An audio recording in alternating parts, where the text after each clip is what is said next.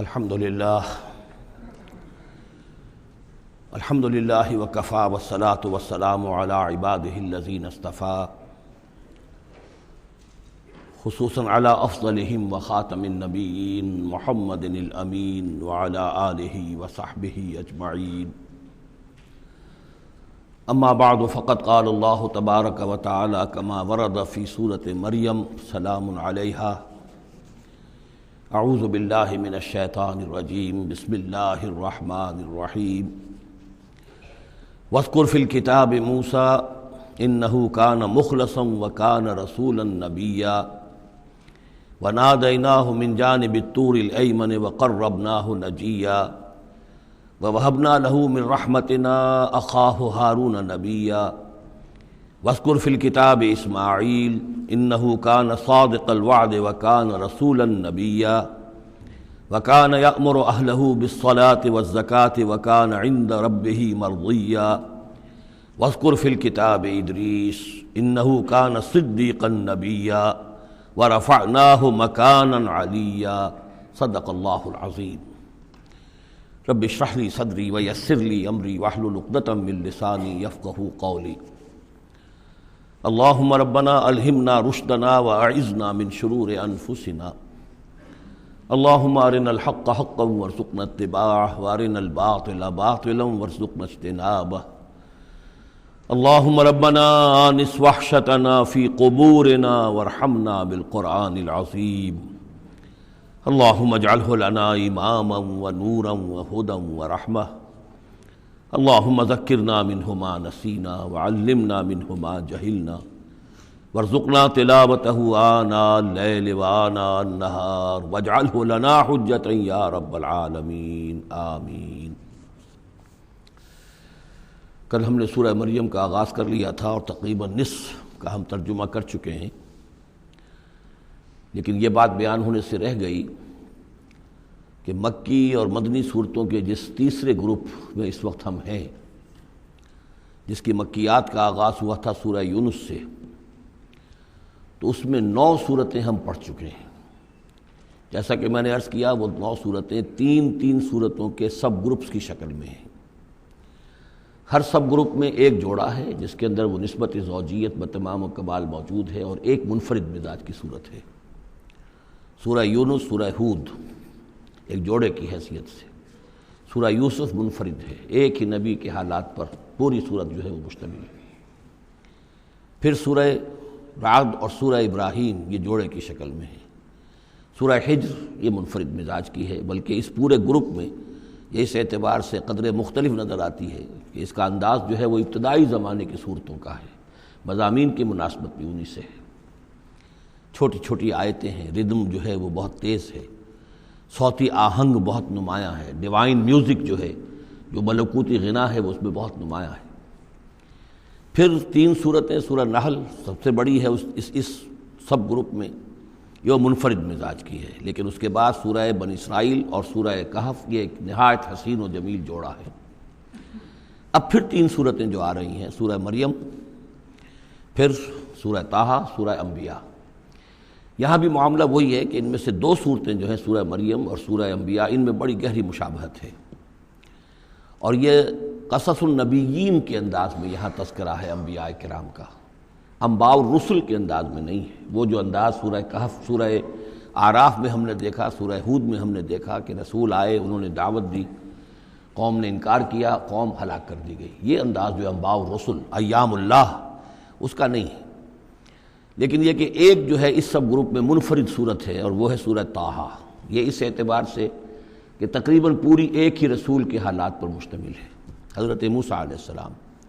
8 میں سے 5 رکوع مسلسل جو ہیں وہ حضرت موسیٰ علیہ السلام کے حالات پر ہیں، اور ان کی ایک نسبت جو معنوی قائم ہو جاتی ہے اس سورہ مبارکہ کی سورہ یوسف کے ساتھ، وہ یہ ہے کہ تاریخی اعتبار سے ہمیں معلوم ہے کہ حضرت یوسف علیہ السلام کے زمانے میں بنی اسرائیل مصر میں جا کر آباد ہوئے، اور حضرت موسیٰ علیہ السلام کے ذریعے سے اللہ تعالیٰ نے انہیں پھر جو مصر میں فرعونیوں نے انہیں جو اپنا غلام بنا لیا تھا، اس غلامی سے نجات دلائی، اور وہ واپس مصر سے نکل کر پھر اپنے آبائی وطن جو ہے سمجھیے جو حضرت ابراہیم کا مسکن تھا یعنی فلسطین کی طرف روانہ ہوئے۔ تو ان میں بھی ایک نسبت قائم تو ہو جاتی ہے لیکن وہ فاصلے سے ہے۔ سورہ مریم میں اور سورہ انبیاء میں آپ کو قصص النبیین کے انداز کا بات ملے گی، تو یہ آپ جب ہم پڑھیں گے تو بات نمایاں ہو جائے گی۔ البتہ ایک چیز کے لیے رات میں نے کہا تھا اس پر گفتگو کل ہوگی۔ سورہ مریم میں ہم نے اب تک جو پڑھا ہے، سب سے پہلے حضرت زکریا حضرت یحییٰ کا تذکرہ ہوا پہلے رکوع میں، دوسرا رکوع بہت طویل ہے، اس میں حضرت مریم اور حضرت عیسیٰ کا سلام علیہم ان کا تذکرہ ہوا ہے۔ تیسرے رکوع میں پھر حضرت ابراہیم علیہ السلام کا، اور ان کے ساتھ ہی پھر حضرت اسحاق اور حضرت یعقوب کا تذکرہ ہوا ہے۔ حضرت ابراہیم کے بارے میں کہا گیا کہ انہ کان صدیقا نبیّا۔ اب یہ ایک نئی ترکیب ہے کہ جو پہلی مرتبہ قرآن مجید میں آئی ہے، اور میں نے اسی لیے آج جو ہے کئی آیات تلاوت کی ہیں اگلے رکوع کی، کہ آپ یہ دیکھ سکیں کہ دو کے بارے میں آ رہا ہے رسولا نبیّا، حضرت اسماعیل اور حضرت موسیٰ علیہ السلام رسولا نبیّا، انہ کان رسولا نبیّا، اور دو ہی کے بارے میں آیا انہ کان صدیقا نبیّا، یعنی حضرت ابراہیم علیہ السلام اور حضرت ادریس علیہ السلام۔ تو اس میں فرق کیا ہے؟ ظاہر بات ہے کہ الفاظ مختلف ہیں، ترکیب مختلف ہے، تو یقیناً ان کا مفہوم جدا ہے، اگرچہ بہت ہی میرے علم کی حد تک کسی نے اس پر توجہ نہیں کی ہے، بلکہ ایک بہت بڑے عالم تھے جو مفسر قرآن بھی ہیں، ان سے جب میں نے تذکرہ کیا تو ان کا کہ کیا واقعی ایسا ہے؟ یعنی یہ کہ وہ تفسیر بھی لکھ چکے تھے لیکن انہوں نے توجہ نہیں کی۔ ہوتا یہ ہے کہ آدمی جب گزر جاتا ہے تیزی کے ساتھ، اگر کسی چیز کی توجہ نہیں ہوتی، کیا واقعی ایسا ہے کہ دو کے بارے میں ہے رسول النبیہ اور دو کے بارے میں ہے صدیق النبیہ؟ تو میں نے ان سے سوال کیا تھا کہ اس میں پھر کیا فرق ہے؟ اس کے لیے میں چاہتا ہوں کہ جو جس حد تک کہ مجھ پر وہ بات اللہ تعالیٰ نے منکشف فرمائی ہے وہ آپ پر بھی میں آپ کے ساتھ بھی شیئر کروں، کہ یہ جو ہم پڑھ چکے ہیں، ایک تو سورہ فاتحہ میں اہدنا الصراط المستقیم صراط الذین انعمت علیہم، راستہ ان کا ہمیں دکھا اور ان کے راستے پر چلا جن پر تیرا انعام ہوا۔ اس کی وضاحت سورہ نساء میں آئی، وَمَن يُطِعِ اللَّهَ وَالرَّسُولَ فَأُولَٰئِكَ مَعَ الَّذِينَ أَنْعَمَ اللَّهُ عَلَيْهِم مِّنَ النَّبِيِّينَ وَالصِّدِّيقِينَ وَالشُّهَدَاءِ وَالصَّالِحِينَ وَحَسُنَ أُولَٰئِكَ رَفِیقًا۔ یہ منعم علیہم جو ہیں، جن پر اللہ تعالیٰ کا انعام ہوا ہے، یہ جو جماعت ہے منعم علیہم کی، اس کے 4 درجات ہیں۔ اوپر سے چلیں گے تو انبیاء سب سے اوپر ہیں، پھر نیچے ان کے درجہ ہے صدیقین کا، پھر ان سے نیچے شہداء کا، اور پھر بیس لائن سمجھیے کہ وہ صالحین مومنین جو نیک دل مسلمان ہیں، مخلص ہیں، صادق القول ہیں، صادق الایمان ہیں، یہ گویا کہ بیس لائن ہے۔ نیچے سے چلیں گے تو اس بیس لائن سے اگر کوئی شخص ترقی کرے گا تو پھر درجہ اس کے لیے کیا ہے؟ شہادت کا ہے، اس کے اوپر ایک درجہ صدیقیت کا ہے، اور یہ آخری درجہ ہے، اس لیے کہ اس سے آگے نبوت کا جو درجہ ہے وہ اکتسابی نہیں ہے، وہ تو وہبی ہے، اور وہ دروازہ بھی اب بند ہو چکا، وہ ہمیشہ کے لیے وہ آؤٹ آف باؤنڈز ہے اب نوع انسانی کے لیے، وہ نبوت کا دروازہ بند ہو چکا۔ اس صدیقین اور شہداء کے درمیان کیا فرق ہوتا ہے، اس کو اب سمجھ لینا چاہیے، اور اس کو جدید سائیکالوجی کی 2 اصطلاحات کے حوالے سے آپ بڑی آسانی سے سمجھ سکیں گے۔ اللہ تعالیٰ نے عام طور پر انسانوں کو 2 مختلف مزاجوں پر بنایا ہے، ایکسٹروورٹس، انٹروورٹس۔ کچھ لوگ ہوتے ہیں کہ جو باہر کی دنیا سے انہیں زیادہ دلچسپی ہوتی ہے، کچھ کھیل کود میں، سیر میں، باغ، یہ وہ، باہر کی دنیا سے ملنا جلنا، لوگوں سے ملیں گے، وہ پبلک میں ہوں گے، مجلس میں ہوں گے تو زیادہ چہکیں گے، زیادہ خوش ہوں گے۔ کچھ لوگ برعکس مزاج کے ہوتے ہیں، وہ دروبین قسم کے لوگ ہوتے ہیں، انٹروورٹس۔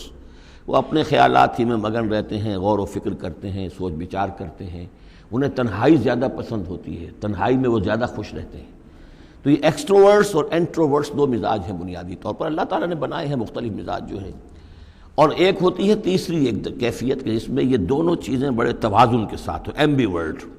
یہ بہت شاذ ہوتا ہے، بہت شاذ ہوتا ہے، بہت کم لوگ ہوتے ہیں دنیا میں کہ جو واقعتاً اس میں توازن قائم کر سکیں، یا ادھر کا رجحان ہوگا یا ادھر کا رجحان ہوگا۔ تو جو یہ انٹروورٹس ہوتے ہیں جو غور و فکر کرتے رہتے ہیں، ان کے اندر جو ہے وہ یوں سمجھیے کہ فطرت کی جو اصل حقائق ہیں وہ کچھ زیادہ محفوظ رہتے ہیں ان کے غور و فکر کی وجہ سے۔ پھر وہ کائنات کے بارے میں بھی سوچتے ہیں، تو اس کائنات کی تمام آیات الہیہ بھی گویا کہ ان سے ہم کلام ہوتی ہیں، اشارے کرتی ہیں۔ یہ وہ لوگ ہوتے ہیں کہ جن تک گویا کہ وہ حقائق از خود روشن ہو چکے ہوتے ہیں ان تک، کہ جیسے ہم نے سورہ فاتحہ پڑھتے ہوئے کہا کہ کچھ لوگ ہوتے ہیں اپنی فطرت سلیمہ اور عقل سلیم کی رہنمائی میں یہاں تک تو پہنچ گئے کہ اللہ کو پہچان لیا، آخرت کو پہچان لیا، یہ بھی سمجھ لیا کہ اللہ ہی کی بندگی کرنی چاہیے، کیسے کریں یہ پتہ نہیں، اہدنا الصراط المستقیم، اب وہ راستہ مانگتے ہیں کہ ہمیں راستہ دکھا۔ یہ صدیقین ہوتے ہیں، اور ان کی شان یہ ہوتی ہے کہ جیسے ہی کسی نبی کی دعوت ان کے کان میں آتی ہے وہ ایسے لپک کر قبول کرتے ہیں کہ گویا کہ منتظر بیٹھے تھے، جیسے کوئی شخص وضو کر کے بیٹھا ہوا کہ بس اذان کی آواز آئے اور میں چلوں، اتنا ہی ہوتا ہے۔ اسی لیے حضور نے فرمایا ابو بکر رضی اللہ تعالیٰ عنہ کے بارے میں کہ میں نے جس کے سامنے بھی ایمان کی دعوت پیش کی اس نے کچھ نہ کچھ توقف ضرور کیا سوائے ابو بکر کے، ایک لحظے کا توقف نہیں کیا، گویا کہ وہ تو تیار بیٹھے ہوئے تھے۔ البتہ جو ایکسٹروورٹس ہوتے ہیں وہ چونکہ ان کی توجہ نہیں ہوتی حقائق کی طرف، وہ دنیا میں مگن ہیں، کھیل کود میں ہیں، شکار میں ہیں، کشتیوں میں ہیں، ہنسی مذاق میں ہیں، گفتگوؤں میں لگے ہوئے ہیں، تو انہیں کچھ زیادہ غور و فکر کی ان کے اندر جو ہے طبیعت کے اندر میلان نہیں ہوتا اس کا، لہذا انہیں دیر لگ جاتی ہے نبی کی دعوت کو سمجھنے میں، اس کی طرف متوجہ ہونے میں۔ لیکن یہ ہے کہ جب ان کا توجہ ہو جاتی ہے، ہوتی بھی عام طور پہ جذباتی انداز میں ہوتی ہے، لیکن جب ان کی توجہ ہو جائے جذباتی انداز میں تو پھر یہ ہے کہ وہ چونکہ ہوتے ہیں ایکٹیو زیادہ ہوتے ہیں، لہذا وہ اپنی فعالیت کی وجہ سے آگے نکل جاتے ہیں، بظاہر وہ صدیقین سے آگے نکل جائیں گے فعالیت کی وجہ سے، اس لیے کہ وہ فعال زیادہ ہیں۔ اب اس کی مثال حضرت عمر ہے، حضرت حمزہ ہیں رضی اللہ تعالی عنہما، 6 سال لگ گئے۔ حضرت عمر کے بارے میں تو آپ کہہ سکتے ہیں کہ سب کوئی گھرانہ مختلف تھا، وہ بنو عدی میں سے تھے، حضور بنو ہاشم میں سے تھے، لیکن حضرت حمزہ کو کیوں دیر لگ گئی؟ 6 سال، سگے چچا ہیں، دودھ شریک بھائی ہیں، ساتھ کے کھیلے ہم جولی ہیں، نہایت محبت کرنے والے حضور سے، اور اسی کیفیت کے اندر وہ ایمان لائے کہ ایک روز آئے باہر سے، شکار کھیل کر آ رہے تھے، کئی دن باہر رہے تھے، واپس آئے تو ابھی گھر میں داخل نہیں ہوئے تھے، لونڈی نے کہا کہ آج تو ابو جہل نے بڑی گستاخی کی ہے آپ کے بھتیجے کے ساتھ، اور بس یہ سنتے ہی آگ بگولا ہو کر گئے ہیں، کمان جا کے ماری ابو جہل کے سر میں کہ تم نے یہ کیا ہے، اور اسی وقت کا اچھا میں اس پر ایمان لایا، آؤ کرو مقابلہ تم۔ یہ ان کے ایمان کا معاملہ ہے۔ تو یہ حمزہ ہیں، اس طرح حضرت عمر ہیں، چلے تھے حضور کو قتل کرنے کے ارادے سے، لیکن اپنی بہن کے اندر جو دیکھی، اس کے اندر یہ کہاں سے اتنی استقامت آ گئی کہ بھائی جان چاہے آپ ہمیں قتل کر دیں، جان سے مار دیں، لیکن اب یہ جو دین ہم نے قبول کیا اس کو ہم چھوڑنے والے نہیں ہیں۔ بہنوئی کو تو مار مار کے لہو لہان کر دیا تھا سعید ابن زید کو، بہن کو بھی مارا ہے، لیکن پھر اچانک بدل گئے۔ پھر وہی عمر جو ہے جو تلوار ننگی لے کے چلا تھا قتل کرنے کے ارادے سے، گردن میں تلوار حمائل کیے ہوئے، جیسے غلام ہوتے ہیں ان کے ہاں غلاموں کا رواج یہ تھا، ان کی تلواریں گردنوں میں حمائل ہوتی تھی، وہ آ رہا ہے اور ایمان لا رہا ہے۔ تو یہ ہے شہداء، صدیقین اور شہداء۔ تو اب مزاج جو ہے انبیاء میں بھی آپ کو ملے گا، کچھ لوگوں کا مزاج شہداء سے مناسبت رکھتا ہے۔ حضرت اسماعیل کا آپ نے سنا ہوگا، یہ واقعات قصوں میں آتے ہیں، وہ شکار جیسے کہ حضرت حمزہ کی کیفیت ہے، وہ نکل جاتے تھے۔ حضرت ابراہیم 2 مرتبہ گئے ہیں، ملاقات ہی نہیں ہوئی، اس لیے کہ وہ اپنے شکار پر نکلے ہوئے تھے۔ اس طرح کا معاملہ حضرت اسماعیل کا تھا۔ حضرت موسیٰ بھی جلالی مزاج کے آدمی تھے، ایک آدمی کو مکہ مارا ہے اور اس کی جان نکال دی ہے۔ حضرت ابراہیم وہ دوسری قسم، وہ صدیق النبی، ان کے مزاج جو ہے وہ اس نوعیت کا، صدیقیت کے ساتھ مناسبت رکھنے والا۔ تو نبوت تو ان کو بھی ملی، نبوت ان کو بھی ملی، لیکن مزاجی فرق کی وجہ سے ایک صدیق نبی ہے اور ایک رسول نبی ہے، اس لیے کہ رسول کے ساتھ جو لفظ مناسبت رکھتا ہے وہ شہادت ہے۔ تمام رسول شاہد بنا کر بھیجے گئے ہیں۔ یہ جو کار رسالت ہے، تبلیغ اور اتمام حجت، اس کے اندر تو عمل کا پہلو زیادہ ہے، اور اس میں پھر شہداء زیادہ نمایاں ہوتے ہیں۔ تو رسولوں کے لیے تو ہے ہی یہ، یا ایھا النبی انا ارسلناک شاہدا ومبشرا ونذیرا وداعیا الی اللہ باذنہ وسراجا منیرا، اور جیسے کہ ہم نے پڑھا وکیف اذا جئنا من کل امۃ بشہید، تو رسولوں کے ساتھ مناسبت لفظ کی جو ہے وہ شہادت کی ہے۔ تو گویا کہ شہداء کا مزاج رکھنے والے جو نبی ملے وہ رسول النبیہ ہیں، اور صدیقیت کا مزاج رکھنے والے جن کو نبوت مل گئی وہ صدیق نبی ہیں۔ تو حضرت ابراہیم انہ کان صدیقا نبیہ، وہ تو ہم پڑھ چکے تھے، اب آگے چلیے۔ ابھی اس موضوع پر مزید گفتگو سورہ حدید میں چل کر ہوگی۔ اولئک ھم الصدیقون والشہداء عند ربہم، اس کے جو دوسرے رکوع کے آخر میں یہ آیت آئی ہے، تو وہاں جا کر انشاءاللہ اس کے سلسلے میں مزید کچھ گفتگو ہوگی۔ وَاذْكُرْ فِي الْكِتَابِ موسیٰ، اور کتاب میں تذکرہ کیجئے موسیٰ کا، انہ کان مخلصا، یقیناً ہم نے اسے خاص اپنا بنا لیا تھا۔ اس کی تفسیر آگے آ جائے گی سورہ طٰہٰ کے اندر۔ وَكَانَ رَسُولًا نَبِيًّا، اور وہ رسول نبی تھے۔ وَنَادَيْنَاهُ مِن جَانِبِ الطُّورِ الْأَيْمَنِ، اور ہم نے اس کو پکارا، اس سے بات کی، اس کو بلایا طور پہاڑ کے داہنی جانب سے۔ وَقَرَّبْنَاهُ نَجِيًّا، اور اسے قریب ہم نے بلایا سرگوشی کے لیے۔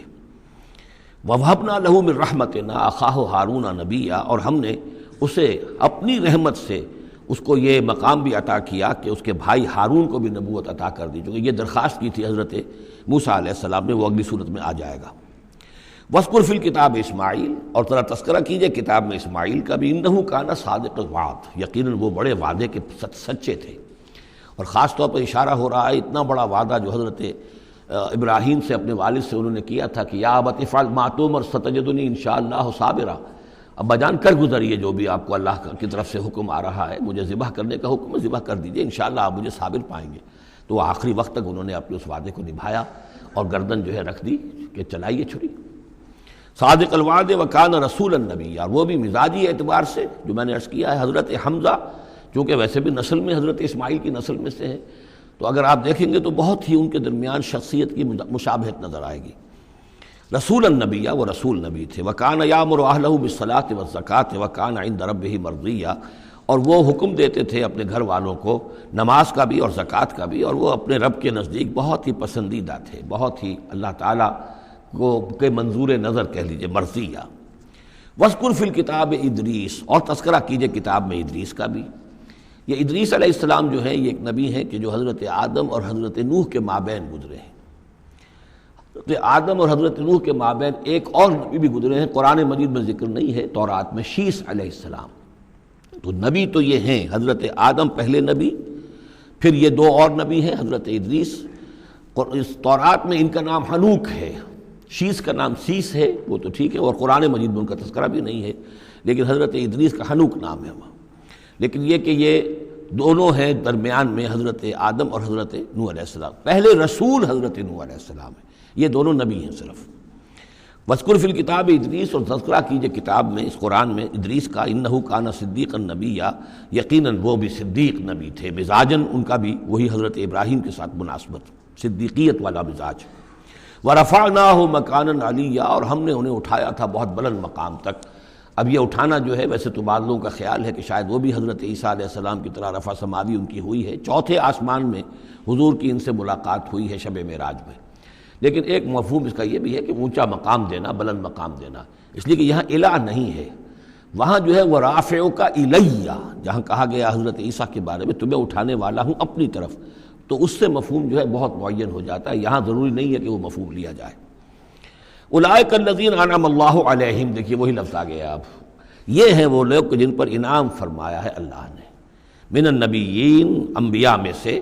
اب ہم کیونکہ منعم علیہم کے 4 طبقات تھے، ان میں سے یہ انبیاء کا تذکرہ ہو رہا ہے سب کا، تو من النبیین من ذریۃ آدم، اولاد آدم میں سے، وممن حملنا مع نوح، اور پھر بعد ان میں سے ان کی نسل میں سے ہیں جنہیں ہم نے نوح کے ساتھ اس کشتی میں سوار کرایا، ومن ذریۃ ابراہیم، اور پھر ذریت ابراہیم میں سے ہیں، ان کی اولاد سے، و اسرائیل، اور حضرت یعقوب کی نسل سے ہیں، وممن ہدینا واجتبینا، اور جنہیں کہ ہم نے ہدایت دی اور جنہیں ہم نے چن لیا، پسند کر لیا۔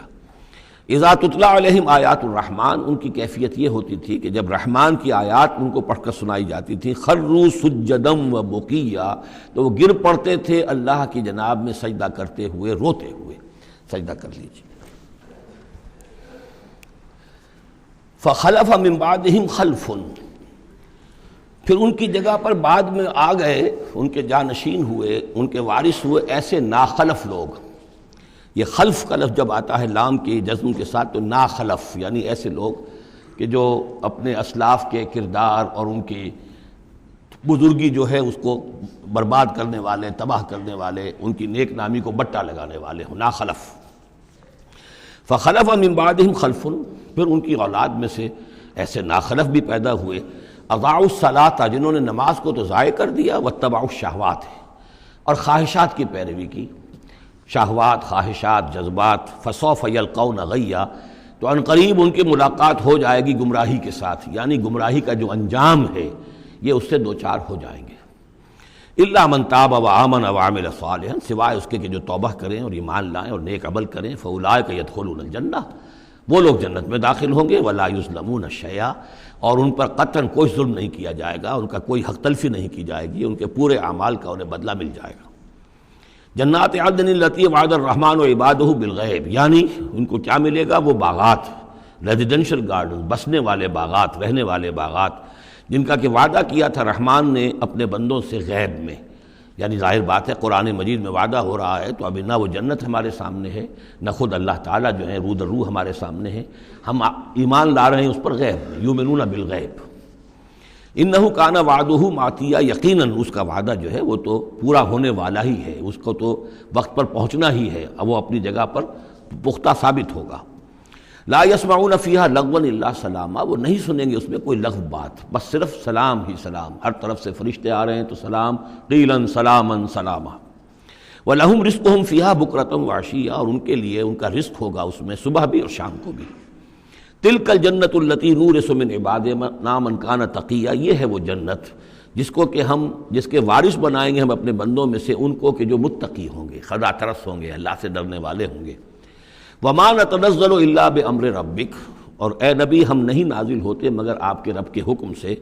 لَهُ مَا بَيْنَ أَيْدِينَا وَمَا خَلْفَنَا وَمَا بَيْنَ ذَلِكَ وَمَا كَانَ رَبُّكَ نَسِيًّا، اسی کے اختیار میں ہے جو کچھ ہمارے سامنے ہے اور جو کچھ ہمارے پیچھے ہے اور جو ان دونوں کے مابین ہے، اور اے نبی آپ کا رب بھولنے والا نہیں ہے۔ یہ بہت اہم مضمون ہے، اور در حقیقت ایک مضمون کا یوں سمجھیے کہ سلسلہ شروع ہو رہا ہے جس کی پہلی کڑی یہ ہے۔ اس کو یوں سمجھیے کہ حضور صلی اللہ علیہ وسلم کو جو قرآن مجید سے شغف تھا اور محبت تھی اور شوق تھا آپ کا، تو جو وقفہ پڑ جاتا تھا وہی میں، وہ آپ پر بڑا شاخ گزرتا تھا۔ آپ چاہتے تھے کہ وہی جلدی جلدی آئے تاکہ آپ اس سے اور اپنے وجود پرنور کو مزید منور کریں۔ آپ جو ہے قرآن مجید سے جو آپ کو عشق تھا اس کے بنا پر اس میں آپ کو اجلت رہتی تھی کہ جلدی آئے قرآن۔ تو اس حوالے سے آپ نے حضرت جبرائیل سے شکوہ کیا کہ آپ وقفے وقفے سے آتے ہیں، ہم انتظار کرتے رہتے ہیں۔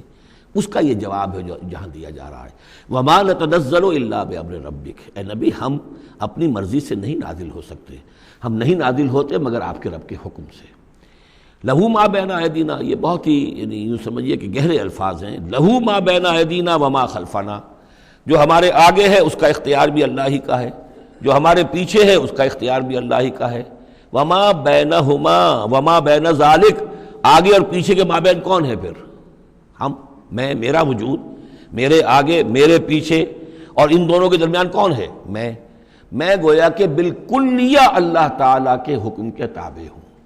فرشتے کی یہی شان ہے کہ فرشتہ جو ہے یفعلون ما یؤمرون، جو حکم ملتا ہے، لا یعصون اللہ ما امرہم، ان کا معاملہ یہ ہے کہ جو بھی اللہ کا حکم ہے گویا کہ وہ تو اس سے سرتابی نہیں کرتے، سرے منہ اس میں فرق نہیں ڈالتے۔ وَمَا نَتَنَزَّلُ إِلَّا بِأَمْرِ رَبِّكَ، ہم نہیں اترتے یا اتر سکتے مگر آپ کے رب کے حکم سے، جب اسی کی مصلحت اور اسی کی مشیت ہوتی ہے وہ وحی دے کر ہمیں بھیجتا ہے۔ لَهُ مَا بَيْنَ أَيْدِينَا وَمَا خَلْفَنَا وَمَا بَيْنَ ذَلِكَ وَمَا كَانَ رَبُّكَ نَسِيًّا، اور اے نبی یہ جو کچھ تاخیر ہو جاتی کسی بھول کی وجہ سے نہیں ہے کہ اللہ کو کوئی نسیان لاحق ہو گیا ہے تو تھوڑی دیر کے لیے توجہ کہیں اور ہو گئی ہے، معاذ اللہ، تیرا رب جو ہے بھولنے والا نہیں ہے بلکہ یہ حکمت کے تحت ہے، اللہ تعالیٰ کی مشیت یہ ہے۔ كَذَلِكَ لِنُثَبِّتَ بِهِ فُؤَادَكَ رَتَّلَ اللَّهُ تَرْتِيلًا، وہ جو ہم پڑھ چکے سورہ بنی اسرائیل میں بھی، وَقُرْآنًا فَرَقْنَاهُ لِتَقْرَأَهُ عَلَى النَّاسِ عَلَى مُكْثٍ وَنَزَّلْنَاهُ تَنزِيلًا، یہ ہماری حکمت ہے کہ ذرا وقفے سے آپ یہ قرآن لوگوں کو پڑھ کر سنائیں۔ رب السماوات والارض، وہ رب ہے آسمانوں کا اور زمین کا، وما بینہما، اور جو ان دونوں کے مابین ہے، فاعبدہ، پس اسی کی بندگی اور پرستش کیجئے، واصطبر علیہ لعبادتہ، اور اس کی عبادت کے اوپر پوری طرح جمے رہیے، صبر کیجئے۔ ہل تعلم لہ سمیہ، تو کیا تم جانتے ہو کہ اس کی سی شان کا کوئی اور بھی کوئی اور ہستی ہے؟ ظاہر بات ہے جو شان اللہ کی ہے اس کی سی شان رکھنے والی کوئی اور ہستی کائنات میں موجود نہیں۔ وَيَقُولُ الْإِنسَانُ وَإِذَا مَا مِتُّ لَسَوْفَ أُخْرَجُ حَيًّا، اور یہ انسان کہتا ہے حیران ہو کر، کیا میں جب مر جاؤں گا تو پھر مجھے زندہ کر کے اٹھا لیا جائے گا؟ یعنی یہ وہ لوگ ان میں سے کہ جو بعث بعد الموت کے منکر تھے۔ میں نے بارہا آپ کو بتایا کہ اکثر و بیشتر تو وہ مانتے تھے، لیکن وہ کہتے تھے کہ وہاں ہمیں چھڑانے والے ہیں، ہمارے شفعاء ہیں، ہؤلاء شفعاؤنا عند اللہ، تو بعث بعد الموت کے وہ منکر نہیں تھے، لیکن ایک طبقہ ان میں ایسے لوگوں کا بھی تھا۔ اب یہ ان کی بات ہو رہی ہے۔ وَيَقُولُ الْإِنسَانُ وَإِذَا مَا مِتُّ لَسَوْفَ أُخْرَجُ حَيًّا، کہ جب میں مر جاؤں گا پھر مجھے دوبارہ اٹھا لیا جائے گا اور نکال دیا جائے گا۔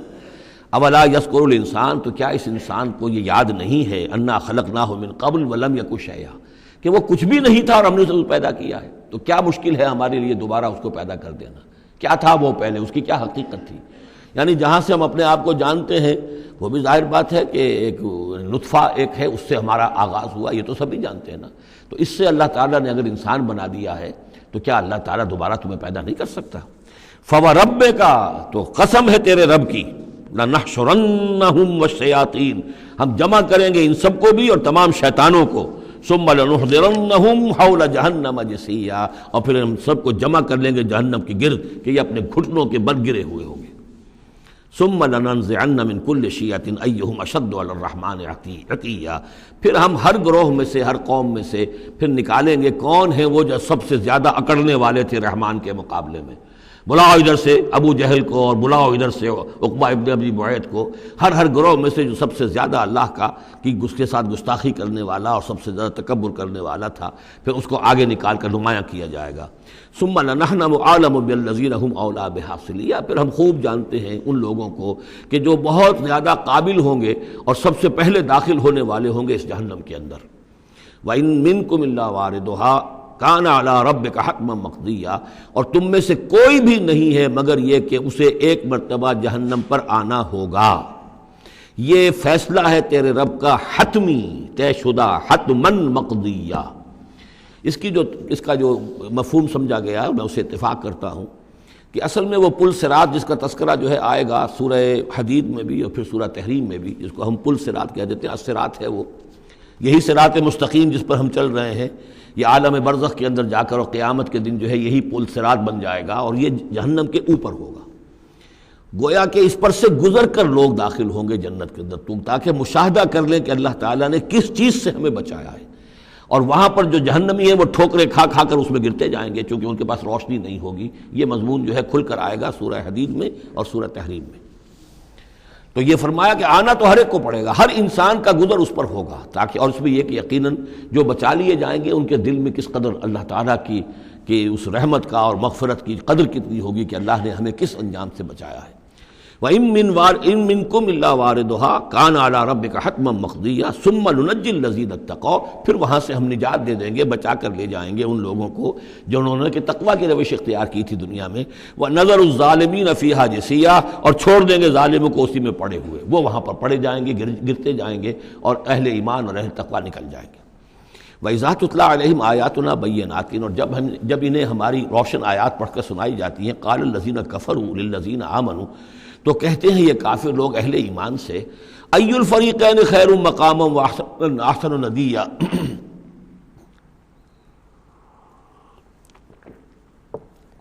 دونوں جماعتوں میں سے، دونوں گروہوں میں سے کن کے مکان و مقام بہتر ہیں اور کن کی مجلسیں بہت اچھی ہیں۔ یعنی اے مسلمانوں دیکھو، تم اور تمہارے رسول محمد صلی اللہ علیہ وسلم اور ان کے گرد جو لوگ بیٹھے ہوتے ہیں، نہ ان کے پاس دنیاوی دولت ہے، نہ حیثیت ہے، نہ وجاہت ہے، ایک ہم ہیں۔ دیکھو ذرا ابو جہل کی مجلس جا کے دیکھو کتنی آباد ہے، بڑے بڑے چودھری لوگ آ کر اس کے پاس بیٹھتے ہیں۔ ذرا کہیں جا کر ولید بن مغیرہ کی چوپال دیکھو، اس کی چوپال جو ہے اس کی کیا شان ہے۔ تو یہ وہی بات جو کہ ہم سورہ کہف میں پڑھائے ہیں، جو دو افراد کے مابین مکالمہ ہوا تھا کہ اس نے کہا تھا کہ میرے پاس مال زیادہ ہے، انا اکثر منک مالا واعز نفرا۔ اسی طرح انہوں نے کہا کہ ای الفریقین خیر مقاما واحسن ندیا، یہ دو گروہ دیکھ لو تمہارے سامنے ہیں، ایک معلوم ہوتا ہے کہ مفلس ہیں، قلاش ہیں، غلام لوگ ہیں، ان کے ساتھ بیٹھے ہوئے ہیں، بلال بیٹھا ہوا ہے، وہاں وہ ابو فقی بیٹھا ہوا ہے، یہ جو عمار ہے اور یہ فلاں ہے اور یہ یاسر ہیں، یہ لوگ ہیں۔ ادھر جا کر دیکھو وہ کتنی سج دھج کے ساتھ، شان و شوکت کے ساتھ ان کی محفلیں ہیں، کیا کچھ ساز و سامان ہے، کیسے قالین بچھے ہوئے ہیں۔ ای الفریقین خیر مقاما واحسن ندیا وکم اہلکنا قبلہم من قرن، اور ہم نے ان سے پہلے کتنی ہی قوموں کو ہلاک کیا ہے، ہم احسن و اساسا وریا، وہ ان سے بھی کہیں بڑھ کر تھے اپنے اساس البیت، اساس جس کو ہم اساسہ کہتے ہیں، ساز و سامان میں اور نام و نمود میں، شان و شوکت میں، ریا، ان کی شان و شوکت ان سے بھی کہیں بڑھ کر تھی، اور وہ ہلاک ہوئے۔ قوم عاد اور قوم سمود یہ سب کا، اور قوم شعیب۔ قل من کان فی الضلالۃ فلیمدد لہ الرحمن مدا، اے نبی ان سے کہہ دیجئے جو شخص بھی ضلالت میں، گمراہی میں ہے، تو اللہ کا یہ طریقہ ہے، قاعدہ ہے کہ اللہ تعالیٰ اسے پھر اور ڈھیل دیتا ہے، رسی دراز کرتا ہے، اس کو اور نعمتیں دے دیتا ہے۔ حتیٰ اذا رأوا ما یوعدون، یہاں تک کہ جب اچانک وہ وقت آ جائے گا کہ جس کے ان کو دھمکی دی جا رہی ہے، اما العذاب و اما الساعہ، یا تو دنیا میں عذاب آ جائے، عذاب ہلاکت، عذاب استحصال، یا قیامت، فسیعلمون، تب وہ جان لیں گے، من ہوا شر مکانم واضف جندا، کہ کون ہے جو اپنے مقام اور مرتبے کے اعتبار سے بدتر ہے اور کون ہے کہ جو لشکر اور اپنے لاؤ لشکر کے اعتبار سے کمزور تر ہے۔ اس وقت پتہ چلے گا کہ محمد زیادہ طاقتور تھے صلی اللہ علیہ وسلم یا ابو جہل زیادہ طاقتور تھا۔ آخرت میں جا کر حقیقت کھل جائے گی۔ اس وقت تو یہ ایک سراب ہے، نظر آ رہا ہے، ایک ڈرامہ ہے، کھیل ہو رہا ہے۔ حقیقت جو ہوگی وہ منکشف ہو جائے گی اس دن۔ وَيَزِيدُ اللَّهُ الَّذِينَ اهْتَدَوْا هُدًى، اور اللہ تعالیٰ ان لوگوں کی ہدایت میں اضافہ کرتا ہے جو ہدایت کی راہ اختیار کریں۔ اللہ بڑھاتا ہے ان لوگوں کو ہدایت میں کہ جنہوں نے ہدایت اختیار کی۔ والباقیات الصالحات خیر عند ربک ثوابا وخیر مردا، اور یقیناً نیک باقی رہنے والے تو وہ نیک عمل ہے۔ یہ مال و دولت باقی رہنے والا نہیں ہے، یہ تو یہیں کی شے یہیں رہ جائے گی۔ باقیات الصالحات، بقا اگر ہے، دوام ہے انسان کے ساتھ، اس عالم آخرت میں جانے والی کوئی شے ہے تو باقیات الصالحات ہے، وہ تو نیک کام ہے۔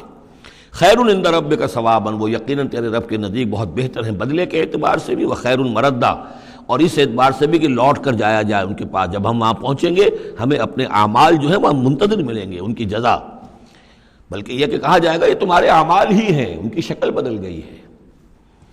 افرأیت الذی کفر بآیاتنا وقال لأوتین مالا وولدا، تو کیا تم نے دیکھا اس شخص کو جو ہماری آیات کا تو کفر کرتا ہے اور کہتا ہے مجھے تو لازماً ملے گا، مال بھی ملے گا اور اولاد بھی ملے گی۔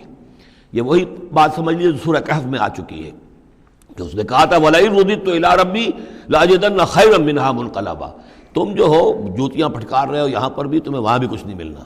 اگر واقعی آخرت ہو ہی گئی، اول تو مجھے گمان نہیں، میں نہیں سمجھتا کہ وَمَا أَظُنُّ السَّاعَةَ قَائِمَةً وَلَئِن رُدِدتُّ إِلَىٰ رَبِّي لَأَجِدَنَّ خَيْرًا مِنْهَا مُنْقَلَبًا، تو مجھے وہاں پر بھی اچھا ہی ملے گا جیسے یہاں اچھا ملا ہوا ہے۔ وہی اسی طرح یہ ہے کہ ان کا ہمیں تو وہاں پر بھی ملے گا، آخرت میں بھی بہت سا مال بھی ملے گا، اولاد بھی ملے گی۔ اطلاع الغیب، یہ دنیا بھی مراد ہو سکتی ہے لیکن میرے نزدیک آخرت ہی مراد ہے۔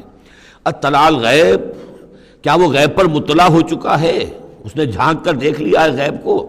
ام اتخذ عند الرحمن عہدا، یا وہ کوئی رحمان سے عہد لے چکا ہے، پکا قول و قرار لے چکا ہے جس پر اس یقین سے کہہ رہا ہے کہ اسے تو مال بھی ملے گا اور اولاد بھی ملے گی۔ کلا، ہرگز نہیں۔ سنکتب ما یقول، جو کچھ یہ کہہ رہا ہے وہ ہم لکھ لیں گے تاکہ جواب دہی پوری کرنی پڑے کہ کیا کیا بکواس تم کیا کرتے تھے۔ وَنَمُدُّ لَهُ مِنَ الْعَذَابِ مَدًّا، اور پھر عذاب کے اندر ہم اس کے اضافہ کرتے چلے جائیں گے، عذاب کو اس کے لیے کھینچتے چلے جائیں گے۔ وَنَرِثُهُ مَا يَقُولُ، اور جو کچھ وہ کہہ رہا ہے اس کے وارث تو ہم ہوں گے، سارا مال دنیاوی سامان جو بھی کچھ ہے وہ تو ہماری وراثت میں آ جائے گا۔ وَيَأْتِينَا فَرْدًا، اور وہ جب آئے گا ہمارے سامنے ہماری عدالت میں پیش ہونے کے لیے تو ایک فرد کی حیثیت سے آئے گا، نہ اولاد ساتھ ہوگی، نہ مال، نہ خدم، نہ حشم، نہ قوم، نہ ہم نشین، نہ حاشیہ نشین، کوئی نہیں ہوگا۔ وَاتَّخَذُوا مِن دُونِ اللَّهِ آلِهَةً، انہوں نے اللہ کے سوا کچھ اختیار کر لیے ہیں اپنے معبود، لِيَكُونُوا لَهُمْ عِزًّا، تاکہ وہ ان کے مددگار بنے، ان کے لیے سہارا بنے، پشت پناہ بنے، اللہ کے ہاں انہیں کچھ چھڑا سکے عذاب سے۔ کلا، ہرگز نہیں۔ سَيَكْفُرُونَ بِعِبَادَتِهِمْ، وہ تو ان کی عبادت کا انکار کریں گے، جیسا کہ پہلے بھی آ چکا ہے۔ وہ فرشتے ہوں، اولیاء اللہ ہوں، انبیاء ہوں، حضرت عیسیٰ ہوں، شیخ عبد القادر جیلانی ہوں، کوئی بھی ہو، ان کا تو وہ تو کفر کریں گے، تم کیا کہہ رہے ہو، ہمیں تو معلوم بھی نہیں تھا کہ تم ہم سے دعائیں کرتے رہے اور ہمیں سمجھتے رہے کہ ہم تمہیں چھڑا لیں گے۔ سَيَكْفُرُونَ بِعِبَادَتِهِمْ، وہ انکار کریں گے ان کی عبادت کا۔ وَيَكُونُونَ عَلَيْهِمْ ضِدًّا، اور وہاں ان کے مخالف ہوں گے، انہیں وہاں پر پروسیکیوٹ کروائیں گے۔ أَلَمْ تَرَ أَنَّا أَرْسَلْنَا الشَّيَاطِينَ عَلَى الْكَافِرِينَ تَعُزُّهُمْ عَزًّا، کیا تم نے دیکھا نہیں کہ ہم کافروں پر شیاطین کو بھیجتے رہتے ہیں، یعنی یہ کہ یہ شیاطین جن جو ہیں یہ ان پہ حملہ آور ہوتے رہتے ہیں اور انہیں خوب ابھارتے رہتے ہیں گناہوں کے اوپر، اور انہیں اور سرکشی کے اوپر آمادہ کرتے رہتے ہیں۔ وجہ کیا ہے کہ خود انہوں نے شیطان کی رفاقت کو اختیار کی ہے۔ فلا تعجل علیہم، اب یہ مضمون یہاں دوسری مرتبہ آ گیا، عجلت نہیں، فلا تعجل علیہم۔ ایک تو فرمایا قرآن مجید کے ضمن میں عجلت نہ کیجیے، اس کی جو بھی تنزیل ہے وہ اللہ تعالیٰ کی حکمت کے تحت جو اس میں تدریج ہے اسی کو آپ سمجھیے کہ خیر اسی میں ہے، آپ کا شوق اپنی جگہ ہے، لیکن یہ کہ ایک دوسری بات فلا تعجل علیہم، ان کے بارے میں بھی آپ جلدی نہ کیجیے۔ ایسا نہ ہو کہ آپ کے دل میں یہ خیال آئے کہ اب ان کفار مکہ کی رسی جو ہے مزید دراز نہیں ہونی چاہیے، اب ان کو پکڑ لیا جانا چاہیے، انہوں نے حد کر دی ہے۔ جس طریقے سے کہ حضور کو زج کیے ہوئے تھے وہ ہم دیکھتے چلے آ رہے ہیں سورہ انعام سے، لیکن اے نبی جلدی نہ کیجیے۔ فلا تعجل علیہم، ان کی مخالفت، علی یہاں پر آ رہا ہے، فلا تعجل علیہم انما نعد لہم عدا، ہم ان کی پوری پوری گنتی کر رہے ہیں، ایک ایک عمل ان کا لکھا جا رہا ہے، ہر چیز کا ان کو جواب دہی کرنی ہوگی، ہر چیز کی ان کو سزا مل جائے گی، لیکن یہ کہ ہمارے ہر کام کے اندر جو بھی فطری تدریج ہے، جو اس کا اس کی جو توقیت ہے، اس کا جو نظام ہم نے بنا رکھا ہے، وہ اسی کے مطابق ہوگا۔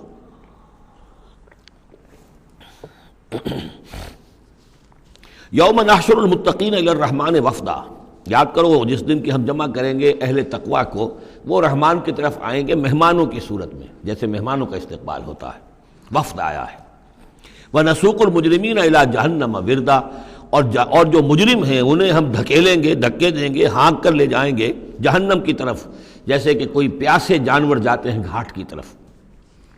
لا یملکون الشفاعۃ الا من اتخذ عند الرحمن عہدا، کسی کے بھی کوئی شفاعت کام نہیں آئے گی سوائے اس کے کہ جس نے رحمان کے پاس اپنا ایک مقام حاصل کر لیا ہے، یعنی ایک شخص جو ہے بنیادی طور پر اللہ کے ساتھ اس نے اپنا عہد نبھایا ہو، اللہ کی بندگی کر رہا ہو، کوئی خطائیں ہو گئی ہیں، کوئی غلطیاں ہو گئی ہیں، جیسے کوئی پھسل جاتا ہے، کوئی کمزور بھی ہوتا ہے انسان، ایسے لوگوں کے لیے تو شفاعت مفید ہو سکتی ہے، لیکن جو سرے سے اس عہد کی خلاف ورزی کر رہے ہوں، جو بجائے مشرق کے ان کا رخی مغرب کی طرف ہو، بجائے کعبے کے ان کا رخی جو ہے کسی اور شے کی طرف ہو، تو ظاہر بات ہے کہ ان کے لیے شفاعت نہیں ہے۔ وقالوا اتخذ الرحمن ولدا، اور انہوں نے ایک اور عقیدہ گھڑ لیا ہے کہ رحمان نے اپنے لیے اولاد اختیار کی ہے۔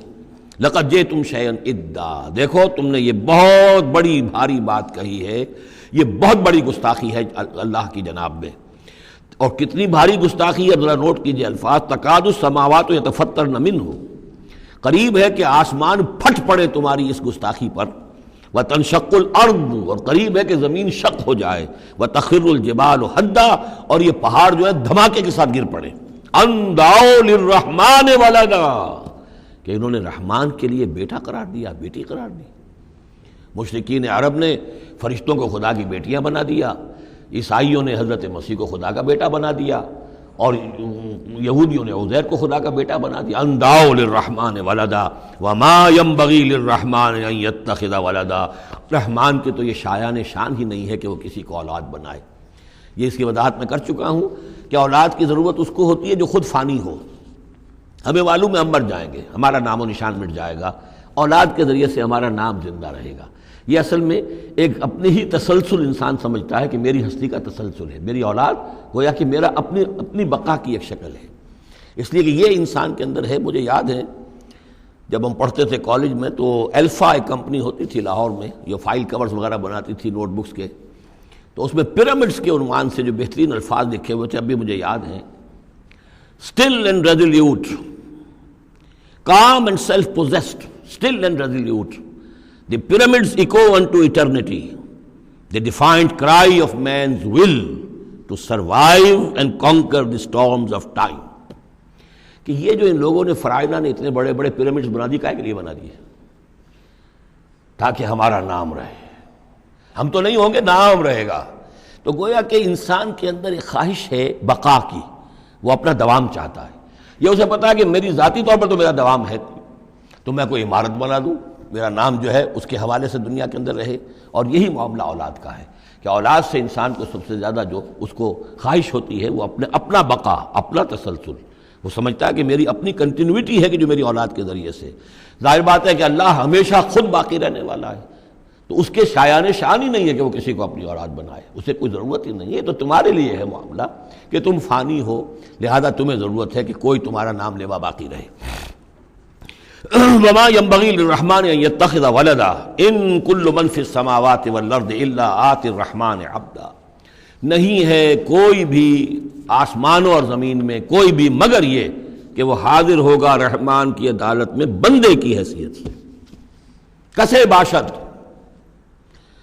جبکہ ہمیں معلوم ہے کہ محمد رسول اللہ صلی اللہ علیہ وسلم بھی حاضر ہوں گے تو بندے کی حیثیت سے، عبدہ ورسول، عبد۔ اور حضور فرماتے ہیں کہ اس روز میدان حشر میں لواء الحمد بیدی، میرے ہاتھ میں ہوگا حمد کا جھنڈا، اور اس روز جو میں حمد کروں گا اللہ کی وہ آج نہیں کر سکتا۔ اللہ تعالیٰ کی حمد بیان کریں گے محمد رسول اللہ عدالت خداوندی میں کھڑے ہو کر۔ تو معلوم یہ ہوا کہ جو بھی آئے گا بندہ بن کر آئے گا، وہ عیسیٰ ہو یا عیسیٰ ابن مریم انت قلت للناس اتخذونی وامی الہین من دون اللہ، یہ سوال کیا جائے گا کہ نہیں؟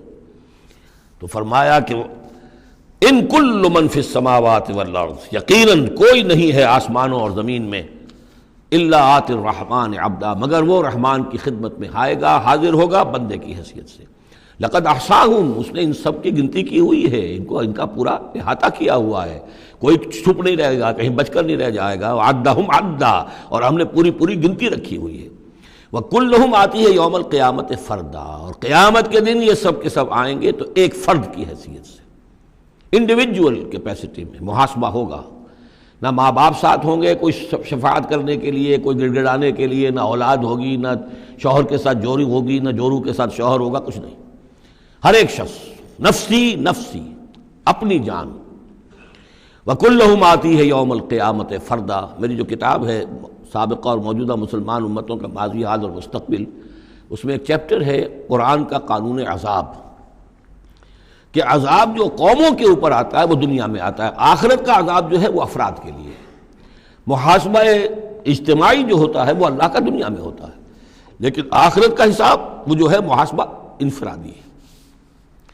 ان الذین آمنوا وعملوا الصالحات سیجعل لهم الرحمن ودا، یقیناً جو لوگ ایمان لائے اور جنہوں نے نیک عمل کیا، ان قریب رحمان ان کے لیے محبت پیدا کر دے گا، یعنی لوگوں کے دلوں میں محبت ڈال دے گا۔ یہی ابو بکر ہوں گے جن کا نام کس تعظیم سے لوگ لیا کریں گے، کس محبت سے لیا کریں گے۔ یہی بلال ہوں گے جن کی جو تعظیم ہوگی، جن کی کتنی محبت کی جائے گی۔ ابھی ذرا وقت ہے، کٹھن ہے۔ سیجعل لهم الرحمن ودا، حدیث میں بھی آتا ہے کہ اللہ تعالیٰ جو ہے اپنے کسی بندے سے محبت کرتا ہے تو پہلے فرشتوں کو، جبرائیل سے کہا جاتا ہے کہ میں اپنے اس بندے سے محبت کرتا ہوں، اعلان کر دو۔ وہ فرشتوں میں اعلان کرتے ہیں، ان کے دل میں اس کی محبت ڈال دی جاتی ہے، پھر وہ عام دنیا میں اور لوگوں کے اندر اس کی ایک محبت ڈال دی جاتی ہے۔ فَإِنَّمَا يَسَّرْنَاهُ بِلِسَانِكَ، کی آیت بڑی اہم ہے۔ تو ہم نے اس قرآن کو یسرنا ہو، اس کو قرآن کو آسان کر دیا ہے، بلسان کا، آپ کی زبان پر یا آپ کی زبان کے ساتھ، یعنی عربی زبان میں۔ یہ بہت آسان ہے، بہت ہی ستھری زبان ہے، سادہ زبان ہے، جس کو ہم کہتے ہیں کہ سہل ممتنع، اس کے اندر ثقالت نہیں ہے، بوجھل پن کا نہیں ہے، بہت بھاری بھرکم الفاظ کہیں کہیں شاذ آئے ہیں، ورنہ عام طور پر قرآن مجید جو بڑی سلیس زبان میں ہے۔ انما یسرناہ لسانک، بلسانک لتبشر بہ المتقین، تاکہ آپ بشارت دیں اس کے ذریعے سے متقیوں کو، وتنذر بہ قوما لدا، اور اس کے ذریعے سے انذار فرمائے۔ یعنی آپ کی دعوت کا مرکز و محور اور آپ کا آلہ جو ہے، آلہ دعوت، آلہ انقلاب، وہ قرآن مجید ہے۔ انذار کیجئے قرآن کے ذریعے، تبشیر کیجئے قرآن کے ذریعے، تذکیر کیجئے قرآن کے ذریعے۔ فذکر بالقرآن من یخاف وعید، تذکیر ہو، واعظ ہو قرآن کے ذریعے۔ یا ایھا الناس قد جاءتکم موعظۃ من ربکم، اس سے بڑا واعظ اور کوئی نہیں۔ تزکیہ نفس ہو قرآن کے ذریعے سے، شفاء لما فی الصدور یہ ہے، سورہ یونس میں بھی آ چکا، سورہ بنی اسرائیل میں بھی آ چکا۔ وَنُنَزِّلُ مِنَ الْقُرْآنِ مَا هُوَ شِفَاءٌ وَرَحْمَةٌ لِّلْمُؤْمِنِينَ۔ تو قرآن مجید ہی در حقیقت دعوت اور تربیت کا اور تعلیم کا گویا کہ اس کا محور ہے، مرکز و محور۔ فَإِنَّمَا يَسَّرْنَاهُ بِلِسَانِكَ لِتُبَشِّرَ بِهِ الْمُتَّقِينَ وَتُنذِرَ بِهِ قَوْمًا لُدًّا وَكَمْ أَهْلَكْنَا قَبْلَهُم مِّن قَرْنٍ، اور ان سے پہلے ہم نے کتنی ہی قوموں کو ہلاک کیا۔ هَلْ تُحِسُّ مِنْهُم مِّنْ أَحَدٍ، ان میں سے کسی کی کوئی آہٹ تمہیں نظر آتی ہے؟ کہیں کوئی باقی ہے نام و نشان؟ کہیں عاد کا کوئی نام و نشان باقی ہے؟ اور تسمع لهم رکزا، یا کہیں ان کی کوئی بھنک تمہارے کان میں آتی ہے؟ معلومات نسیم منسیہ، ختم ہو گئے۔ تو اسی طریقے سے یہ آج اکڑ رہے ہیں، ان کا حال بھی یہی ہو جائے گا۔ بسم اللہ الرحمن الرحیم۔ طٰہٰ، یہ جو میں نے عرض کر دیا پہلے ہی، چونکہ آج یہ اب پھر ایک منفرد مزاج کی صورت ہے۔ اس گروپ کے اندر تین جو چھوٹی صورتیں آ رہی ہیں، یہ درمیانی طرح کی ہیں، وہ ذرا بڑی تھی، یہ ان سے ذرا بڑی ہیں لیکن درمیان میں چھوٹی آئی تھی۔ طٰہٰ، یہ پھر حروف مقطعات ہیں۔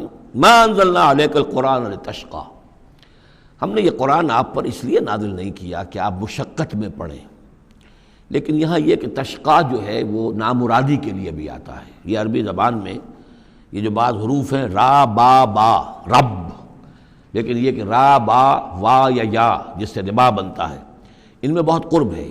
اس طرح شین قاف یا اور شین قاف قاف، شق، مشقت، تشقیٰ، یہ بھی معنی ہے اس کے، لیکن یہ کہ زیادہ میرے نزدیک راجح معنی یہ ہے، اے نبی ہم نے یہ قرآن اس لیے نہیں نکالا کہ آپ ناکام ہوں، یہ اصل میں حضور کے لیے بڑی خوشخبری ہے، کامیابی آپ کے قدم چومے گی۔ یہ قرآن قول فصل بن کر نازل ہوا ہے، آپ ناکام نہیں ہوں گے، آپ جو ہے پوری طریقے سے اپنے اس مشن کے اندر کامیاب ہوں گے۔ عام طور پہ ترجمہ یہ کیا گیا کہ آپ مشقت میں نہ پڑیں، محنت میں نہ پڑیں، آپ کا کام پہنچا دینا ہے، باقی اب لوگ نہیں مان رہے ہیں تو اس کی وجہ سے آپ اپنے آپ کو اس صدمے سے ہلاک نہ کر دیجئے کہ لعلک باخع نفسک علی آثارہم ان لم یؤمنوا بہذا الحدیث اسفا الا یکونوا مؤمنین الا تذکرۃ لمن یخشی۔ یہ تو صرف یاد دہانی ہے ان لوگوں کے لیے جن میں کچھ خوف خدا ہے۔ تنزیلا ممن خلق الارض والسماوات العلی، اس کی تنزیل ہے اس ہستی کی طرف سے جس نے بنایا ہے، پیدا کیا ہے زمین کو بھی اور بلند آسمانوں کو۔ الرحمن، وہ رحمان ہے، علی العرش استویٰ، کہ جو عرش پر متمکن ہے۔ لہو ما فی السماوات وما فی الارض وما بینہما، اسی کا ہے، اسی کی ملکیت ہے جو کچھ کے آسمانوں میں ہے اور جو کچھ کے زمین میں ہے اور جو ان دونوں کے مابین ہے۔ وما تحت الثریٰ، اور جو زمین کے سب سے نچلے طبقے کے نیچے ہے۔ یہ سرا جو ہے گیلی زمین، اور گیلی زمین کے نیچے جو کیا ہے زمین کے اندر، وہ بھی سب اللہ کا ہے۔ وَإِن تَجْهَرْ بِالْقَوْلِ، اور اگر تم بلند آواز سے کوئی بات کرو دعا کرتے ہوئے اللہ تعالیٰ کے ساتھ یا کچھ اور مناجات کرتے ہو، فَإِنَّهُ يَعْلَمُ السِّرَّ وَأَخْفَى، بلند کرو گے تب بھی وہ تو سنتا ہے، لیکن وہ تو جانتا ہے سر کو بھی اخفا کو بھی، ہر چھپی ہوئی بات کو اور نہایت مخفی بات کو۔ اخفا جو ہے باب یوں سمجھیے کہ افعل التفصیل، سب سے چھپی ہوئی چیز اس کو جانتا ہے۔ اللہ لا الہ الا ہو، وہ اللہ ہے جس کے علاوہ کوئی معبود نہیں۔ لہ الاسماء الحسنی، تمام اچھے نام اسی کے ہیں۔ اب یہاں سے شروع ہو گیا حضرت موسیٰ علیہ السلام کا قصہ۔ اس میں سے بعض چیزیں جو ہیں وہ سورہ اعراف میں آ چکی ہیں، اس لیے ہم تیزی سے انشاءاللہ گزر جائیں گے۔ وَهَلْ أَتَاكَ حَدِيثُ موسیٰ، اور کیا تم تک پہنچ چکی ہے موسیٰ کی خبر، موسیٰ کے حالات۔ اذ رأى نارا، جب وہ مدین سے واپس آ رہے تھے اپنی اہلیہ کے ساتھ تو انہوں نے دیکھا کہ کچھ آگ ہے۔ اذ رأى نارا، رات، اندھیری رات تھی، سردی کا موسم تھا، تو یہ کہ شاید راستہ بھی اس وقت کچھ گم سا ہو گیا تھا۔ دیکھا آگ ہے۔ رأى نارا فقال لأهله، انہوں نے کہا اپنے گھر والوں سے، امکثوا، آپ ذرا ٹھہریے یہاں پر انتظار کریں، انی آنست نارا، مجھے آگ نظر آئی ہے، لعلی آتیکم منہا بقبس، یہ بھی ہو سکتا ہے کہ میں وہاں سے کوئی چنگاری لے آؤں تاکہ یہاں ہم آگ روشن کر لیں تو سردی میں اس کو آگ کو تاپ بھی سکیں گے۔ او اجد علی النار ہدی، یا جو آگ کی جگہ پر میں پہنچوں تو وہاں سے مجھے رہنمائی بھی مل جائے کہ صحیح راستہ کون سا ہے، ہم کسی غلط راستے پر تو نہیں بھٹک آئے ہیں۔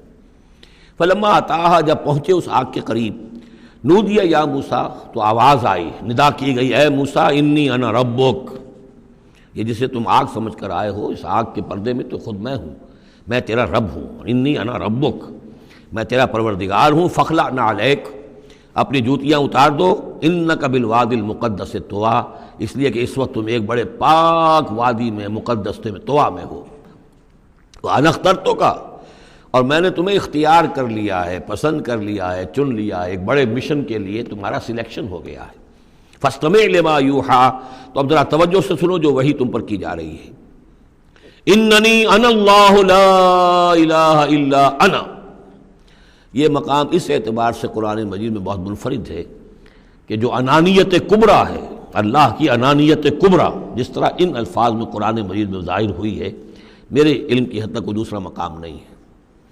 یہ علامہ اقبال نے یہ الفاظ استعمال کیے نا کہ ایک تو ہماری انائے صغیر ہے، دی اسمال ایگو، میں، ایک ہے بڑی ego, the great I am, the infinite ego, وہ اللہ کی جو انا ہے، انائے کبیر، اس انائے کبیر کا جس طرح سے ظہور ہوا ہے قرآن مجید میں اس مقام پر اور کس جگہ نہیں۔ اننی انا اللہ لا الہ الا انا، یقیناً میں ہی ہوں، میں ہوں اللہ اور میرے سوا کوئی معبود نہیں۔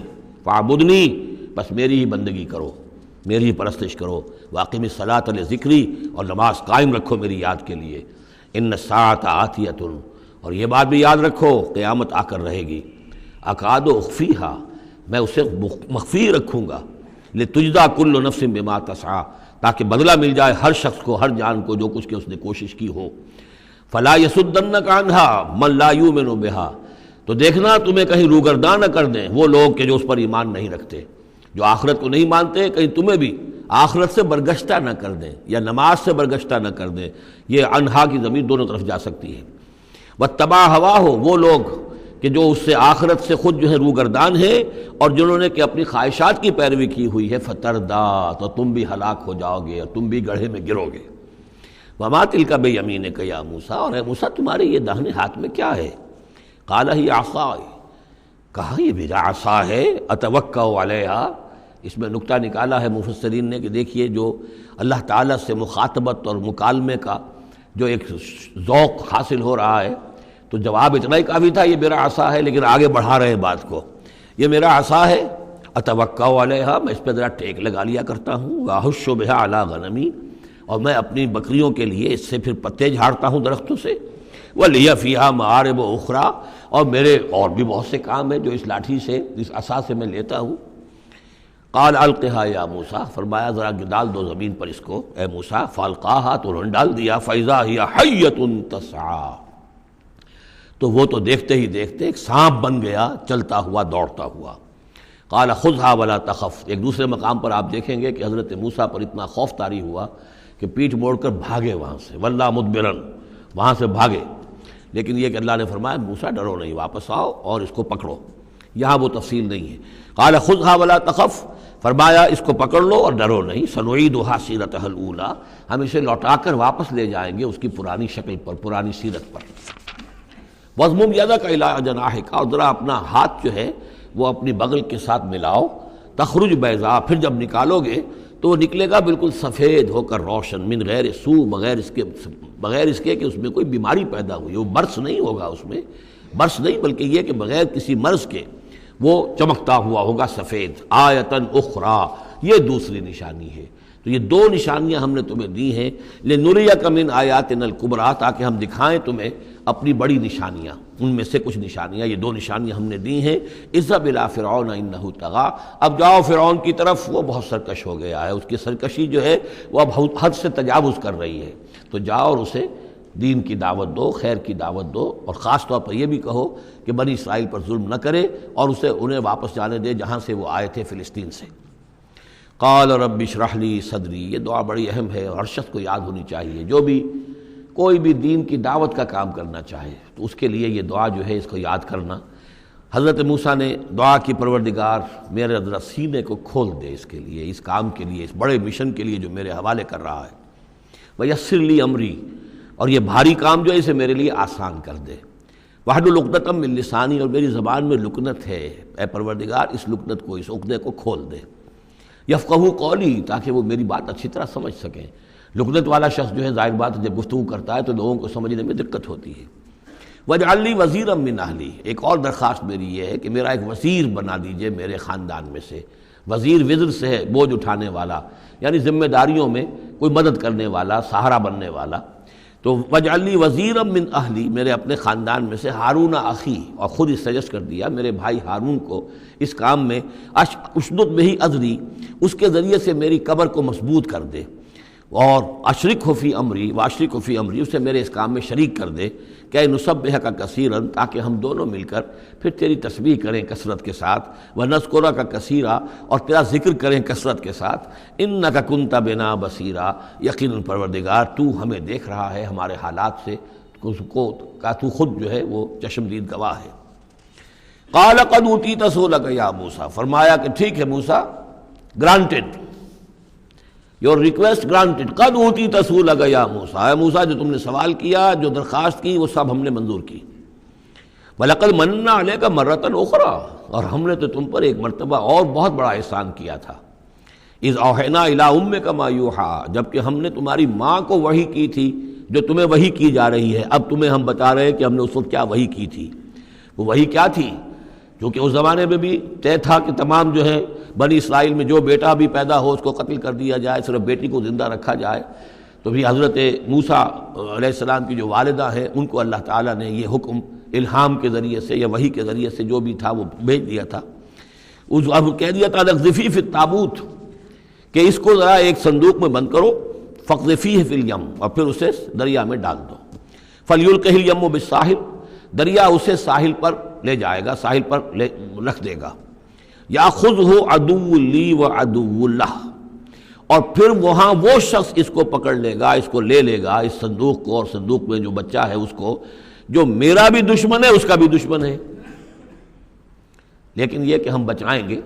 اب اس سے آگے جو ہے حضرت موسیٰ کی والدہ سے کیا کہا، اس سے آگے اب خود اپنی بات شروع کر دی اللہ تعالیٰ نے۔ یہ اللہ قرآن کا یہ اسلوب ہے، پوری بات نہیں، باقی یہ کہ فل ان دی گیپس، باقی ساری گفتگو جو ہے وہ آپ خود جو ہے اس پورے سیاق و سباق سے سمجھ سکتے ہیں۔ وَأَلْقَيْتُ عَلَيْكَ مَحَبَّةً مِّنِّي، اور ہم نے اے موسیٰ تمہارے اوپر اپنی خاص ایک محبت کا پرتو ڈال دیا۔ بڑی موہنی صورت، بڑی موہنی صورت، دیکھتے ہی گرویدہ ہو جائیں۔ اب اللہ نے کہا محبتم منی، القیت علیک محبتم منی، یعنی یہ کہ وہ پورا نقشہ اب یہاں پر جو ہے کہ وہ ساحل میں وہ صندوق ڈال دیا گیا، وہ چلتا گیا، اور اس ساتھ ہی اس کی بہن سے، حضرت موسیٰ کی بڑی بہن تھی، ہمشیرہ تھی، کہہ دیا کہ ساحل کے ساتھ ساتھ تم جاتے بھی رہو، چلتی رہو، دیکھو کہاں جاتا ہے، یہ کیا ہوتا ہے۔ اور اس نے جا کے بتا بھی دیا کہ وہ محل میں پہنچ گیا ہے صندوق۔ وہ صندوق کھولا گیا، بچہ نکل آیا، اور اس وقت جو ہے وہ تو قتل کرنے پر تلا ہوا تھا فرعون، لیکن یہ کہ وہ حضرت آسیہ جو تھی بنی اسرائیل ہی میں سے اور بڑی نیک عورت تھی، اور وہ فرعون کے گھر میں تھی اس وقت، انہوں نے کہا کہ قرۃ لی ولک، یہ قرۃ عین لی ولک، یہ میری اور تمہاری لیے آنکھوں کی ٹھنڈک بنے گا، ہمیں اللہ نے اولاد نہیں دی، اسے قتل نہ کرو۔ اور ادھر اللہ تعالیٰ نے ایسا ان کے چہرے کے اوپر جو ہے وہ ایسے اثرات پیدا کر دیے تھے کہ دیکھتے ہی کوئی شخص جو ہے وہ بالکل ان کا گرویدہ ہو جائے۔ وَأَلْقَيْتُ عَلَيْكَ مَحَبَّةً مِّنِّي، میں نے خاص اپنی طرف سے تمہارے اوپر ایک اپنی محبت کا پرتو ڈالا۔ وَلِتُصْنِعَ عَلَىٰ عَيْنِي، اور یہ اس لیے کیا ہم نے تاکہ دشمن بھی جو تمہارے گرویدہ ہو جائیں اور پھر تمہاری پرورش ہو۔ تصنع، تمہیں بنایا جائے، مصنع جس کو کہتے ہیں کارخانہ، اب وہ کارخانہ تربیت کا کارخانہ محل ہے۔ تصنع علی عینی، ہماری نگاہوں کے سامنے تمہاری تربیت ہو۔ اس تمشی اختوں کا، جب تمہاری بہن چلتی ہوئی وہاں تک پہنچ گئی، فتقول هل ادلکم علی من یکفلہ، ہوا یہ کہ اللہ تعالیٰ نے حضرت موسیٰ علیہ السلام کو حکم دے دیا تھا بچے کی حیثیت ہی سے کہ کسی بھی دائی کا اور دایا کا جو دودھ جو ہے وہ نہ پیے۔ اب انہوں نے بہت سی عورتیں بلائیں کہ جن کا یہ دودھ پی سکے، تاکہ بچے کو پالنا آخر کیسے پلائیں، لیکن یہ کہ وہ کسی کا دودھ پی نہیں رہا ہے۔ تو وہ بہن جو اب کھڑی ہوئی دیکھ رہی تھی، اس نے کہا هل ادلکم علی من یکفلہ، کیا میں تمہیں بتاؤں، ایک خاندان ہے ایسا کہ جو کفالت کرے گا تمہارے لیے، اس بچے کی پرورش کرے گا۔ نتیجہ کیا ہوا کہ پھر وہ ماں آئی اور ماں کا دودھ پیا، اور ماں کی گود میں اللہ نے پھر پہنچا دیا حضرت موسیٰ علیہ السلام کو۔ فرجعناک الی امک، تو ہم نے لوٹا دیا تمہیں اے موسیٰ تمہارے ماں کی طرف، کہ تقر عینھا ولا تحزن، تاکہ اس کی آنکھ ٹھنڈی رہے اور وہ غم نہ کھائے۔ اللہ تعالیٰ کو تو اپنے بندوں کے احساسات و جذبات کا اس حد تک پاس ہے کہ پھر اس کی گود جو ہے اس کے اندر اپنا اس کا بچہ پہنچا دیا گیا۔ فرجعناک الی امک کہ تقر عینھا ولا تحزن، تاکہ اس کی آنکھ ٹھنڈی رہے اور وہ حزن میں مبتلا نہ ہو۔ وقتلت نفسا، اور اے موسیٰ پھر جب تم جوان ہوئے تو تمہارے ہاتھوں ایک جان قتل ہو گئی تھی، تم نے ایک قبطی کو قتل کر دیا تھا۔ فنجیناک من الغم، تو ہم نے تمہیں اس غم سے نجات دی۔ وفتناک فتونا، اور پھر تمہیں بہت سے امتحانات میں سے گزارا، بہت سی آزمائشوں میں سے گزارا، بہت سی بھٹیوں میں سے گزارا۔ فلبثت سنین فی اہل مدین، یہ سورہ قصص میں آئے گی ساری تفصیل، جس کو یہاں پر 2-3 آیتوں میں بیان کیا گیا ہے، اس کی تفصیل سورہ قصص میں۔ فلبثت سنین فی اہل مدین، پھر تم اہل مدین میں رہے کئی سال۔ ثم جئت علی قدری یا موسیٰ، پھر اے موسیٰ جو یہاں آئے ہو تو یوں نہ سمجھو کہ اچانک آ گئے ہو، یہ تمہیں تقدیر لے کر آئی ہے، میرا فیصلہ لے کر آیا ہے۔ یہ سارا معاملہ جو ہے یہ پلانڈ ہے، یہ ہم نے اس طریقے سے کیا ہے، یہ ساری چیز جو ہے یہ از خود نہیں ہو گئی ہے، الٹپ نہیں ہو گئی ہے، یہ کوئی اندھا بہرا جو ہے وہ چانس نہیں ہے۔ ثم جئت علی قدری یا موسیٰ واصطنعتک لنفسی، اور میں نے تمہیں بنایا ہے، تیار کیا ہے۔ یہ صنعت ہی سے اصطناع، باب افتعال، لیکن صاد کی مناسبت سے تیج ہے وہ توئے میں بدل گئی ہے۔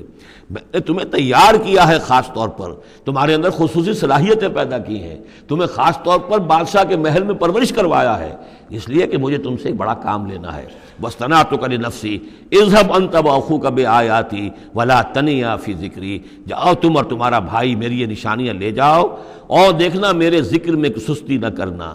اذهبا الی فرعون انه طغى، جاؤ تم دونوں فرعون کی طرف، وہ یقیناً بہت سرکش ہو گیا ہے۔ فقولا له قولا لینا لعله يتذکر او یخشی، تو دیکھو جا کر وہاں پر بات کرنا اس سے بڑی نرم، ایسا تاکہ شاید کہ وہ سوچے یا اس کے دل میں بھی خوف پیدا ہو جائے۔ قالا ربنا اننا نخاف ان یفرط علینا، انہوں نے کہا پروردگار ہمیں تو اندیشہ یہ ہے کہ وہ اچانک ہم پر پھٹ پڑے، بھڑک اٹھے اور ہمارے اوپر بھبک پڑے اور یتقا یہاں پر کوئی زیادتی کرے، قال لا تخافا، فرمایا نہیں تم دونوں ڈرو نہیں، اننی معکما اسمع و ارا، میں تم دونوں کے ساتھ ہی ہوں، ہر بات سنوں گا بھی، سنتا بھی ہوں، دیکھوں گا اور دیکھتا ہوں۔ بارک اللہ لی ولکم فی القرآن العظیم ونفعنی وإیاکم بالآیات والذکر الحکیم۔